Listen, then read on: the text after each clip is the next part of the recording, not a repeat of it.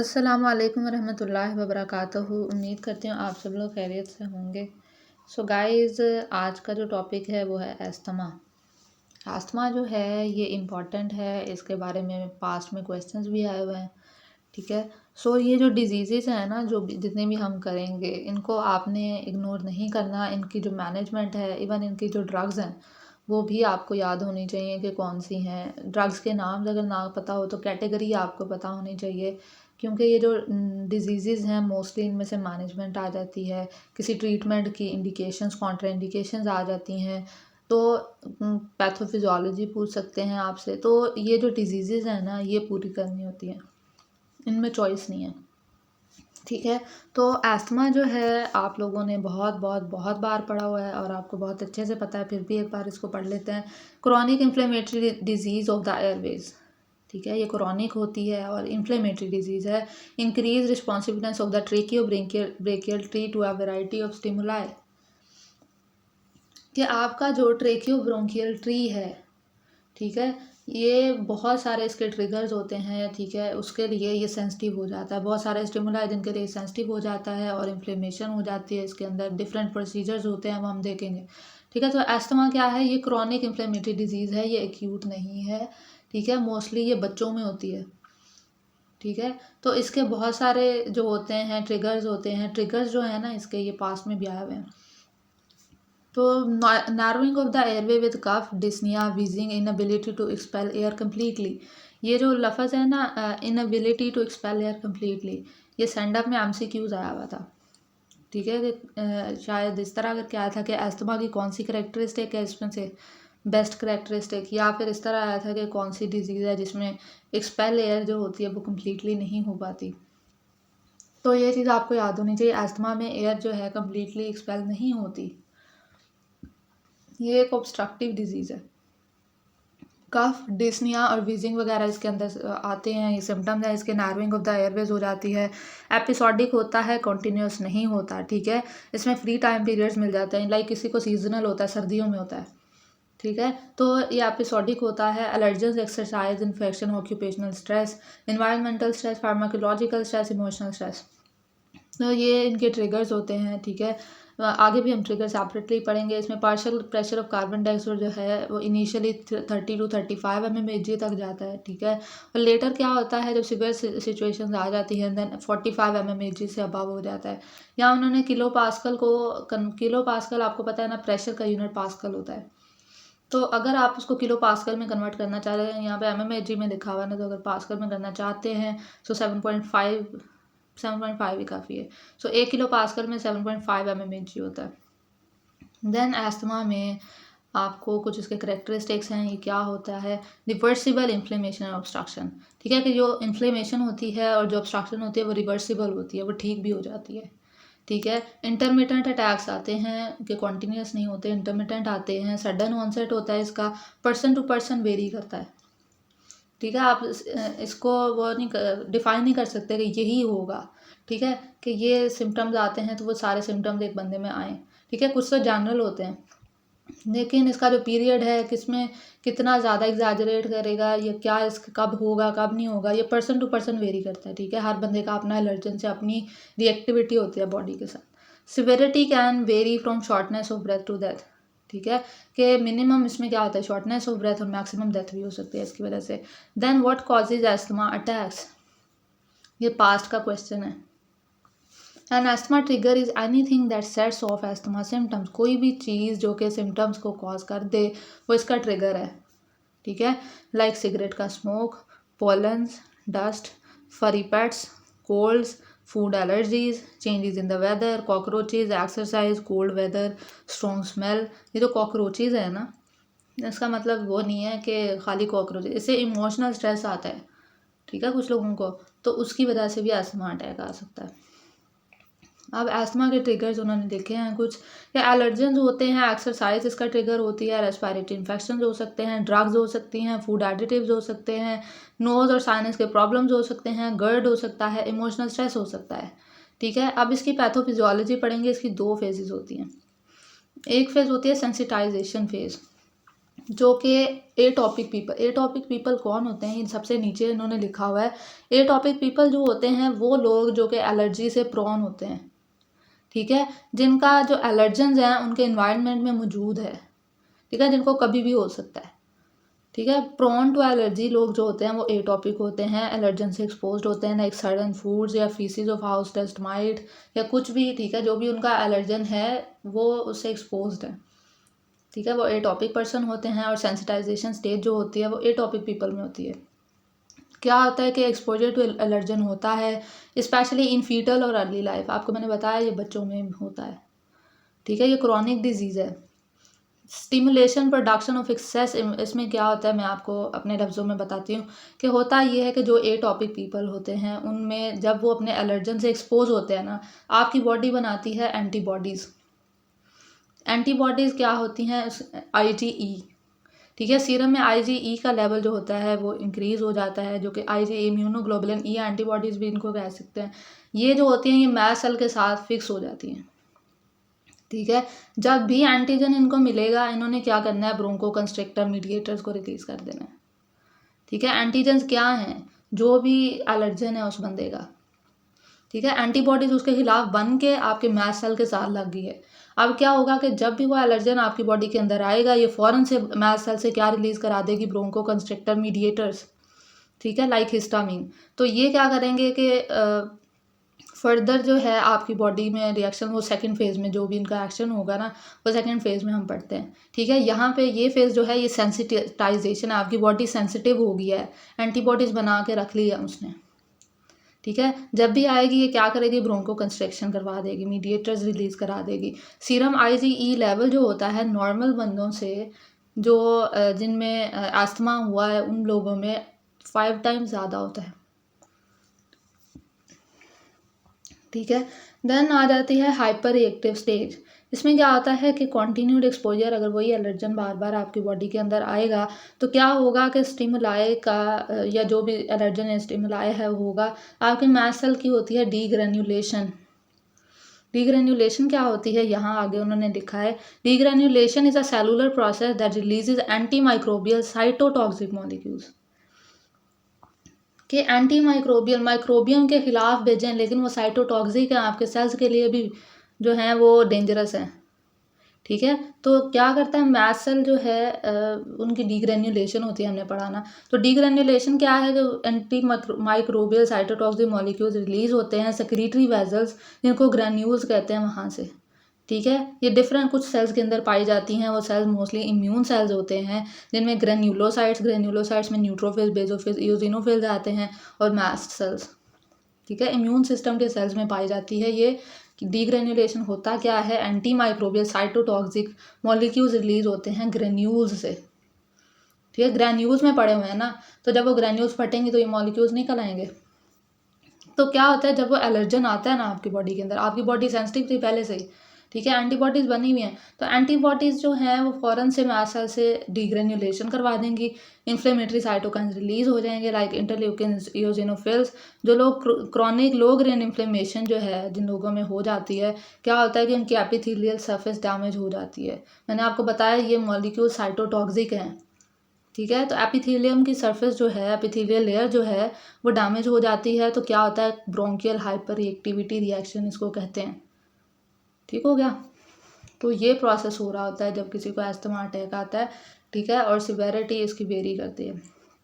Development क्या है, वही बात कि एलर्जन से एक्सपोजर होता है, आपकी बॉडी IgE बना के सेंसिटाइज हो जाती है। अदर कॉजेज, और ये जो आपकी सेंसिटाइज बॉडी है क्या कॉज करेगी, इन्फ्लेमेशन और हाइपर रिएक्टिविटी, ठीक है। क्रॉनिक एस्थमा में ये होता है, हाइपर रिएक्टिविटी रिएक्शन यही होगा ना, सेंसिटाइजेशन से अगली स्टेज है। फिर जब भी ट्रिगर होगा आपकी जो है, अब हाइपर रिएक्टिव हो गया है आपका जो लंग्स हैं, ठीक है, तो क्या होगा, जब भी कोई ट्रिगर आएगा अस्थमा अटैक हो जाएगा। तो फर्दर पैथोफिजियोलॉजी में once asthma is established, hyper reactive airways develop bronchospasm intermittently in response to a variety of stimuli which increases the work of breathing. मैंने आपको बताया कि वो जो हाइपर रिएक्टिव हो जाता है तो क्या होता है कि डिफरेंट सब्सटेंसेस रिलीज होते हैं, उनके नतीजे में जो आपके ब्रोंकाई हैं वो क्या करते हैं, ब्रोंकोस्पैज्म हो जाता है, ठीक है। तो ये डिफरेंट वेराइटी ऑफ जो स्टिमुलाई आ रहे हैं उनके रिस्पॉन्स में हो रहा है। ओवर टाइम स्ट्रक्चरल चेंजेस आना शुरू हो जाती हैं कि आपके जो एयरवेज हैं वो स्टिफन हो जाते हैं, ठीक है, फर्दर एयरवे नैरोइंग हो जाती है, ठीक है, कि एक तो at the time of allergen क्या होता है कि ब्रोंकोस्पैज्म हो जाता है, इन्फ्लेमेशन हो जाती है, लेकिन with the passage of time जितने उसको अटैक्स आएंगे आपकी जो बॉडी है वो बार बार ब्रोंकोस्पैज्म कर करके क्या करेगी, उसको अडेप्ट भी करना शुरू हो जाएगी, ठीक है। तो आपके पैरेन्काइमा और एयरवे वॉल्स जो हैं वो थिक हो जाती हैं और फर्दर जब ये थिक होती जाएंगी तो नैरो होती जाएंगी। एस्थमा की फर्दर पैथोफिजियोलॉजी में उन्होंने कहा कि स्वेलिंग ऑफ म्यूकस मेम्ब्रेन होती है और spasm of smooth muscle in bronchioles. Bronchioles के जो मसल्स होते हैं, स्मूथ मसल जो होते हैं, एक तो उनका स्पैज्म हो गया जिनको आप ब्रोंकोस्पैज्म कह रहे हैं, ठीक है, तो इसकी वजह से रेजिस्टेंस इंक्रीज होगी। दूसरा म्यूकस मेम्ब्रेन स्वेल हो गई है आपकी, ठीक है, एक इन्फ्लेमेशन हुई है, दूसरा स्पैज्म हुआ है, और तीसरा क्या है, म्यूकस ग्लैंड की सेक्रीशन इंक्रीज हो गई है। ये नॉर्मल एयरवे देखें कितना वाइड ओपन होता है, और जो इन्फ्लेम्ड ब्रोंको कंस्ट्रिक्टेड म्यूकस से भरा हुआ जो है वो क्या है, एस्थमेटिक बंदे का एयरवे। तो अब आ जाता है early phases. Early phase response, अब आपकी बॉडी जो है जब किसी को अस्थमा अटैक आता है तो अर्ली फेज में क्या आपकी बॉडी किस तरह रिस्पॉन्स देती है, लेट फेज में क्या देती है। अर्ली फेज होती है 30 to 60 मिनट्स। एलर्जेंस और इरिटेंट एक्टिवेट करते हैं मास्ट सेल को, ठीक है, जो भी एलर्जन है या इरिटेंट है उसने मास्ट सेल को एक्टिवेट करना होता है। हम लोग पैथोफिजियोलॉजी पीछे पढ़ा है, ठीक है, वो आएगा, आपके मास्ट सेल एक्टिवेट होंगे, इन्फ्लेमेटरी मीडिएटर्स रिलीज होंगे, वो उन्होंने कौन से बताए हैं, histamine, bradykinin, leukotrienes, prostaglandins, platelet activating factor, chemotactic factor, cytokines, ये सारे आप पैथोलॉजी में पढ़ा हैं, ठीक है, कि इन्फ्लेमेटरी मीडिएटर्स कौन से होते हैं। सो ये रिलीज़ हो जाते हैं, इंटेंस इन्फ्लेमेशन हो जाती है। उसके बाद क्या होता है कि ब्रोंकियल मसल जो हैं, स्मूथ मसल, वो कंस्ट्रिक्ट करते हैं। मैंने आपको बताया स्मूथ मसल की कंस्ट्रिक्शन होती है, और जो आपके जो वेजोडाइलेशन हो जाती है, वहाँ जो वेसल्स है ना, इसके नतीजे में बॉडी जो रिस्पॉन्स देती है वो है, इन्फ्लेमेशन बहुत ज़्यादा हो रही है ना, तो वेजोडाइलेशन हो जाती है। वहाँ पे वेजोडाइलेशन होगी तो परमिएबिलिटी इंक्रीज़ कर जाएगी, ठीक है, तो वहाँ से जो आपके सेल्स वगैरह हैं, मीडिएटर्स हैं, वहाँ से रिलीज़ होकर वहाँ पहुँचेंगे, ठीक है। एपिथेलियम डैमेज हो जाती है, डिग्रेन्युलेशन जब होगी तो आपको मैंने बताया मैसल मीडिएटर्स रिलीज़ करता है, तो जब ये वेजोडाइलेशन होती है, परमिएबिलिटी इंक्रीज होती है, तो ये ब्लड से निकल के आ जाते हैं उस एरिया में, ठीक है। सो ये डैमेज कर देते हैं आपके एपिथेलियम को। देन ब्रोंकोस्पैज्म हो जाता है, इन्फ्लेमेशन हुई और साथ ब्रोंकोस्पैज्म हो जाता है, म्यूकस की सेक्रेशन इंक्रीज हो जाती है, एडिमा हो जाता है। देन लेट फेज रिएक्शन में क्या होता है, लेट फेज रिस्पॉन्स जो है 5 to 6 आवर्स का होता है, ठीक है। इसमें क्या होता है, इन्फ्लेमेशन होती है, इयोसिनोफिल्स, और आपको पता है जब भी किसी में अक्यूट फेज जो होती है ना, उसमें इयोसिनोफिल्स, न्यूट्रोफिल्स का लेवल तकरीबन 24 आवर्स तक रहता है, इंक्रीज रहता है, उसके बाद कम होता है, ठीक है। ये सारे इन्फ्लेमेटरी मीडिएटर्स हैं, या आपके WBCs हैं, वाइट ब्लड सेल्स हैं ना, न्यूट्रोफिल्स, तो ये आते हैं, ये उन्हीं के टाइप में आता है, तो ये आपके उस एरिया में पहुंच जाते हैं, ठीक है। तो इन्फ्लेमेशन के नतीजे में इयोसिनोफिल्स और न्यूट्रोफिल्स इन्फिल्ट्रेट होकर वहाँ पहुँच जाते हैं, मीडिएटर्स रिलीज़ होते हैं, मास्ट सेल रिलीज़ करता है हिस्टामिन और अदर मीडिएटर्स को, ये हमने पढ़ लिया। लिम्फोसाइट्स और मोनोसाइट्स भी इन्वेड करते हैं यहाँ पे, ठीक है। फ्यूचर अटैक्स जो हैं वो वर्स हो सकते हैं, क्यों, क्योंकि रिएक्टिविटी जो है लेट फेज़ की वो जो है इंक्रीज़ हो जाती है, ठीक है, कि जो अगली फेज़ आएगी ना, नेक्स्ट टाइम जब अटैक आएगा तो इससे सिवियर होगा, क्योंकि जो लेट फेज़ है वो ज़्यादा रिएक्ट करेगी पहले की निस्बत। इंडिविजुअल जो हैं किस वजह से करेगी, कि बंदे जो हैं हाइपर रिस्पॉन्सिव हो जाते हैं स्पेसिफिक एलर्जन से, ठीक है। उसके अलावा स्पेसिफिक एलर्जेंस के साथ साथ कुछ नॉन स्पेसिफिक इरिटेंट्स होते हैं, लाइक कोल्ड एयर से भी अस्थमा अटैक आता है इनको, डस्ट से आता है, बाकी इनका अपना एलर्जन तो है, उसके अलावा नॉन स्पेसिफिक ये जो डस्ट और ये कोल्ड एयर, ये इस तरह के हैं, ये भी ट्रिगर्स ही होते हैं इनके, ठीक है। तो बंदे जो हैं ये हाइपर रिएक्टिव होते जा रहे हैं स्लोली। दूसरी चीज़ है, specific triggers can be difficult to identify and less stimulation is required to produce a reaction, ठीक है, कि स्पेसिफिक ट्रिगर क्या है, कि किस बंदे को किस वजह से होती है, मुश्किल होता है फाइंड आउट करना, ठीक है, कि उसको किस वजह से अस्थमा अटैक आ रहा है। लेकिन क्या है कि थोड़ी सी भी स्टिमुलेशन होगी उसकी और बंदे को अटैक आ जाएगा, ठीक है, इतना हाइपर एक्टिव हो जाता है बंदा। एजमा के अर्ली क्लिनिकल मैनिफेस्टेशन क्या है, wheezing sound, chest tightness, dyspnoea, cough, prolonged expiratory phase, anxious और एजिटेटेड बंदा होता है, और इंक्रीज रेस्पायरेटरी और हार्ट रेट होता है। सो सिवियर क्लिनिकल ये वो थी अर्ली, तो साइन एंड सिम्टम्स आप देखते हैं वो। देन सिवियर क्लिनिकल में क्या आ जाता है, हाइपोक्सिया, कि जब उसकी एयर जो है कम्प्लीटली उसकी एक्सपायरेशन वो प्रोलॉन्ग हो रही है, एयर वेज नैरो हैं, तो ऑक्सीजन अंदर बाहर जाने में मुश्किल हो रही है, रेस्पायरेशन मुश्किल है, तो हाइपोक्सिया हो जाएगा सिवियर स्टेजेस में। ठीक है, बंदा कंफ्यूज, पहले एजिटेटेड था, एंजियस था, अब कंफ्यूज हो गया है, हार्ट रेट पहले भी इंक्रीज था अभी भी है, अब साथ ब्लड प्रेशर रेज कर गया है, रेस्पायरेटरी रेट पहले भी इंक्रीज था अब 40 पर मिनट तक चला गया है, अब वो बंदा एसेसरी मसल्स यूज़ कर रहा है, डायफोरेसिस होती है, पैलर होता है, ठीक है, पसीने छूटते हैं उसके, साइनोटिक नेल बेड्स, हाइपोक्सिया का जो लेट साइन होता है, साइनोसिस जो है आपके नेल बेड्स में नज़र आना शुरू हो जाएगी, म्यूकस मेम्ब्रेन्स में नज़र आना शुरू हो जाएगी। सो ये सिवियर किस्म के साइंस होते हैं। देन एस्थमा की क्लासिफिकेशन है, माइल्ड इंटरमिटेंट होता है कि माइल्ड है कभी कभी आता है, माइल्ड परसिस्टेंट होता है, माइल्ड है लेकिन परसिस्टेंट है, रहता है, ठीक है, थ्रू आउट द डे रहता है। मॉडरेट परसिस्टेंट होता है कि मॉडरेट इंटेंसिटी है लेकिन रहता है, परसिस्टेंट है। सिवियर परसिस्टेंट है कि सिवियर भी और परसिस्ट भी करता है, ब्रेक नहीं दे रहा आपको। उसके बाद आ जाता है status asthmaticus, important definition, this term is sometimes used interchangeably with severe acute asthma, इसको सिवियर एक्यूट एस्थमा भी कह सकते हैं। Specifically describes an asthma attack prolonged over 24 hours leading to dehydration and exhaustion.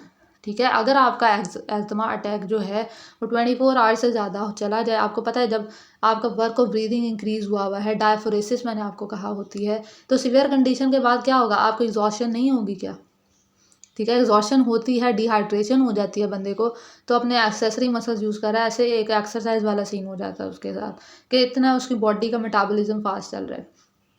तो अगर ये कंडीशन 24 घंटे तक रहती है उसके साथ, 24 घंटे से ज़्यादा हो जाती है, तो उसको डिहाइड्रेशन एग्जॉशन हो जाती है, इसको स्टेटस एस्थमेटिकस कहते हैं। डायग्नोस्टिक टेस्ट कराते हैं, PFTs कराते हैं, FEV1 फोर्स एक्सपायरेटरी वॉल्यूम जो है वो कम होगा क्योंकि इनमें एक्सपायरेशन ही तो मुश्किल होती है, PEFR कराएंगे वो भी कम होगा। देन सिम्टोमेटिक पेशेंट्स जो होते हैं उनमें एओसिनोफिल्स काउंट आप चेक करेंगे वो ज़्यादा होता है, मोर देन 5%, हमने कहा कि इसमें एओसिनोफिल्स ज़्यादा होते हैं, ठीक है, तो आप एओसिनोफिल्स चेक करा लें, ठीक है। टोटल WBC में मोर देन जो 5% जो हैं वो एओसिनोफिल्स ही होंगे। देन IgE का लेवल चेक करा लें, वो भी ज़्यादा होगा, ठीक है, ये एंटीबॉडी है। चेस्ट एक्सरेज जो हैं वो हाइपर इन्फ्लेशन शो कराएंगे। उसके बाद ABGs होता है, आर्टीरियल ब्लड गैसेज, आपने उसकी देखनी है। अर्ली फेजेज में क्या होता है, रेस्पिरेटरी अल्कलोसिस होती है, ठीक है, लेकिन partial pressure for oxygen normal होता है, ये तकरीबन नॉर्मल होता है। सीवियर फेज में क्या होता है कि रेस्पिरेटरी एसिडोसिस हो जाता है, partial pressure carbon dioxide increase कर जाता है। अब टाइप्स ऑफ मेडिकेशन जो आप यूज़ करते हैं इंपॉर्टेंट है, ठीक है। एक लॉन्ग टर्म कंट्रोल मेडिसिन होती हैं और क्विक रिलीफ होती हैं। एक होती है लॉन्ग टर्म कंट्रोलर, ठीक है, जो उसने थ्रू आउट लाइफ खानी है, और क्विक रिलीफ क्या होती हैं कि जो आपने जब अटैक आएगा ना, ठीक है, तो उसको अटैक को कंट्रोल करने के लिए, रेस्क्यू के लिए। लॉन्ग टर्म मेडिसिन क्या होती हैं, prevent swelling and inflammation of the airway and should be used every day even when feeling well, ठीक है, ये डेली खाना होती हैं ताकि आपके जो हमने कहा था इसमें ब्रोंकोस्पैज्म हो जाता है, इन्फ्लेमेशन, स्वेलिंग आती है म्यूकस मेम्ब्रेन की, तो ये जो है इसको कम करेंगी। और क्विक रिलीफ क्या करती हैं, ये रेस्क्यू मेडिसिन होती हैं, क्विकली आपके टाइटन एयरवेज को खोल देती हैं कि आपको सांस आए, ठीक है। तो ये नीडेड बेसिस पे कि जब अटैक आएगा तब देनी है। देन कोलैबोरेटिव केयर क्या होती है, इसमें आपने अब कैसे मैनेज करना है एस्थमा वालों को। अगर किसी को माइल्ड इंटरमिटेंट है ना, तो आपने ट्रिगर्स को अवॉइड करना है, ठीक है। माइल्ड इंटरमिटेंट सबसे सिंपल स्टेज है इसकी अभी, ठीक है। ट्रिगर्स को अवॉइड करें, जब भी एक्सरसाइज करने लगे उससे पहले मेडिसिन ले लें, ब्रोंकोडायलेटर्स है जो भी हैं, ठीक है, इसकी मेडिसिन जो है वो आपने लेनी है पहले एक्सरसाइज है, क्योंकि एक्सरसाइज इंड्यूस करेगी, तो उससे पहले आप ले लें, इसमें इनको डेली मेडिसिन की ज़रूरत नहीं पड़ती। उसके बाद माइल्ड परसिस्टेंट वाले आ जाते हैं, इनको भी अवॉइड ट्रिगर करना ज़रूरी होता है, जो भी इनके ट्रिगर हैं। उसके बाद एक्सरसाइज से पहले ये भी मेडिकेट करेंगे, ठीक है, लेकिन इनको डेली जो लेने वाली उनकी है वो है लो डोज के inhaled corticosteroids.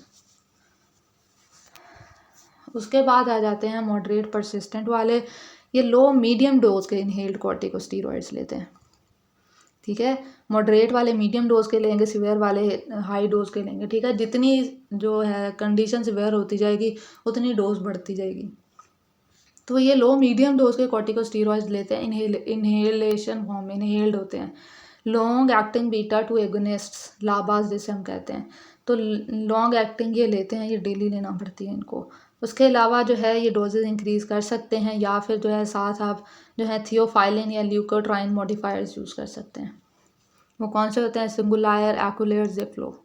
Then severe persistent asthma होता है, उसमें आपने क्या करना है कि हाई डोज के इनहेल्ड कॉर्टिकोस्टीरॉइड्स, लाबाज और कॉर्टिकोस्टीरॉइड्स यानी सिस्टमिक वे में अगर ज़रूरत पड़ती है तो। अब आ जाता है कॉर्टिकोस्टीरॉइड्स। ये जितनी भी हमने एंटी इन्फ्लेमेटरी, इसकी जो मेडिसिन होती हैं ना, दो तरह की हैं, एक है एंटी इन्फ्लेमेटरी और दूसरी हैं ब्रोंकोडाइलेटर्स। एंटी इन्फ्लेमेटरी में आ जाती हैं सबसे पहले कॉर्टिकोस्टीरॉइड्स। कॉर्टिकोस्टीरॉइड्स जो हैं एक्यूट अटैक में नहीं लेनी, ठीक है। अगर एक्यूट अटैक में होती तो ये किस में आ जाती? जो क्विक रिलीफ मेडिसिन है, ये क्विक रिलीफ मेडिसिन नहीं है, ठीक है। एक्यूट अटैक में इसका कोई फ़ायदा नहीं है। इसमें बैक्लोमेथासोन, बस इतना ही कर लें, बैक्लोमेथासोन, बाकी तो नाम मुश्किल है। तो कॉर्टिकोस्टीरॉइड में क्या आ जाता है? बैक्लोमेथासोन। देन आ जाता है क्रोमोलाइन एंड नीडोक्रोमिल। इनका क्या काम होता है? इन्होंने इमीडिएट रिस्पॉन्स फ्रॉम एक्सरसाइज और एलर्जेंस को ख़त्म करना होता है। तो इसीलिए हमने कहा था कि जो मेडिसिन जो होती हैं ना एक्सरसाइज से पहले आपने लेनी होती है, ये वो है क्रोमोलाइन और नीडोक्रोमिल। ये लेट फेज रिस्पॉन्स को रोक देती हैं, प्रिवेंट करती हैं, ठीक है। Useful for pre medication for exercise और सीजनल एस्थमा। ल्यूकोट्राइन मॉडिफायर्स होते हैं, वो क्या होते हैं? इंटरफेयर विद सिंथेसिस और ब्लॉक एक्शन ऑफ ल्यूकोट्राइंस। एस्थमा हो ही किस वजह से रहा है? कि मैस्ट सेल ल्यूकोट्राइंस रिलीज़ कर रहे हैं, ठीक है। ये मीडिएटर है इन्फ्लेमेशन का। तो अगर ये इसकी या तो इनका काम नहीं करने देंगे ये ल्यूकोट्राइन मॉडिफायर्स जो होते हैं, या फिर इनकी सिंथेसिस ही नहीं होने देंगे। हैव बोथ, इनका काम जो है ये एक तो ब्रोंकोडाइलेशन भी कराएंगे, दूसरा एंटी इन्फ्लेमेटरी प्रॉपर्टी भी होती है। एक्यूट एस्थमा अटैक में नहीं दिए जाते। Should not be used as only therapy for persistent asthma, ठीक है। अकेले कभी भी नहीं लेने, इनके साथ दूसरी थेरेपी करनी पड़ती है, कॉर्टिकोस्टीरॉइड्स वगैरह लेने पड़ते हैं। एक्युलेट आती है सिंगुलायर और ज़िफ्लो। देन एस्थमा की मेडिकेशन में फर्दर अब ब्रोंकोडाइलेटर्स, हमने एंटी इन्फ्लेमेटरी पढ़ी, ठीक है। अब ब्रोंकोडाइलेटर्स में आ जाते हैं बीटा टू एड्रीनर्जिक एगनिस्ट्स। इनका रैपिड ऑनसेट होता है, क्विक रिलीफ मेडिकेशन के तौर पे यूज़ किया जाता है। ब्रोंको कंस्ट्रिक्शन को ठीक करती हैं, ब्रोंकोडाइलेटर्स है ना। ट्रीटमेंट ऑफ चॉइस होती है एक्यूट अटैक्स के अंदर। इफ़ यूज़ टू मच, और बहुत ज़्यादा यूज़ कर लोगे तो क्या होगा? ट्रेमर्स, एंग्जाइटी, टैकीकार्डिया, पैल्पिटेशन और नोजिया। और अगर बहुत ज़्यादा इसको टू फ्रीक्वेंट, यानी कि बंदे को हर दिन रोज़ यूज़ कर रहा है इसको, या फिर इससे क्या होगा कि एस्थमा अटैक के अंदर जो है इनकी एफिशिएंसी कम हो जाएगी, ठीक है। उसके बाद ये शॉर्ट एक्टिंग होते हैं, लॉन्ग एक्टिंग होते हैं। शॉर्ट एक्टिंग जो होते हैं उसमें आ जाता है एल्ब्यूटिरोल, मेटाप्रोटिनोल, प्रोटेरिनोल, बिटोल्टिरोल और पिरब्यूटिरोल। मैंने 3 याद किए थे, एल्ब्यूटिरोल और पिरब्यूटिरोल और मेटाप्रोटेरिनोल, ठीक है।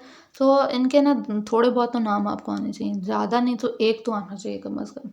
तो देन आता है लॉन्ग एक्टिंग। लॉन्ग एक्टिंग को आप नॉक्टर्नल एस्थमा में यूज़ करते हैं, इनका कोई फ़ायदा नहीं है एक्यूट केस में। जिनका काम है इन्होंने लेट स्टार्ट करना है, तो इनको एक्यूट में क्या करोगे? एक्यूट अटैक में इसको यूज़ नहीं करते। एक्यूट अटैक में क्या यूज़ करते हैं? शॉर्ट एक्टिंग, ठीक है। इसमें आता है साल्मेटिरोल। अब कुछ चीज़ें जो होती हैं आपने अपने क्लाइंट्स को सिखानी होती हैं कि मेडिसिन कब यूज़ करनी है, ठीक है। कुछ हमने शॉर्ट एक्टिंग दी हैं, कुछ हमने क्विक रिलीफ के लिए दी हैं, कुछ हमने डेली यूज़ के लिए दी हैं, ठीक है। तो हमने उसको बताना है कौन सी कब लेनी है। Sign and symptoms of an attack, उसको बताना जब अटैक आया तो ये सिम्टम्स आएंगे तुम्हें, dyspnoea, anxiety, tight chest, wheezing cough. और रिलैक्सेशन टेक्निक्स उसको सिखाएं कि आपने कैसे खुद को रिलैक्स रखना है, कि कब आपको ज़रूरत है किसी को बुलाने की, सीक ट्रीटमेंट की ज़रूरत कब है। देन एनवायरमेंटल कंट्रोल कैसे करना है और कफ और पोस्चरल ड्रेनेज टेक्निक्स उसको सिखाएं, ठीक है। तो यहाँ ये लेक्चर ख़त्म हो जाता है। उम्मीद है आप लोगों को समझ आई होगी। इम्पॉर्टेंट लेक्चर था। दुआ में याद रखें, अपना ख्याल रखें। अल्लाह हाफिज़।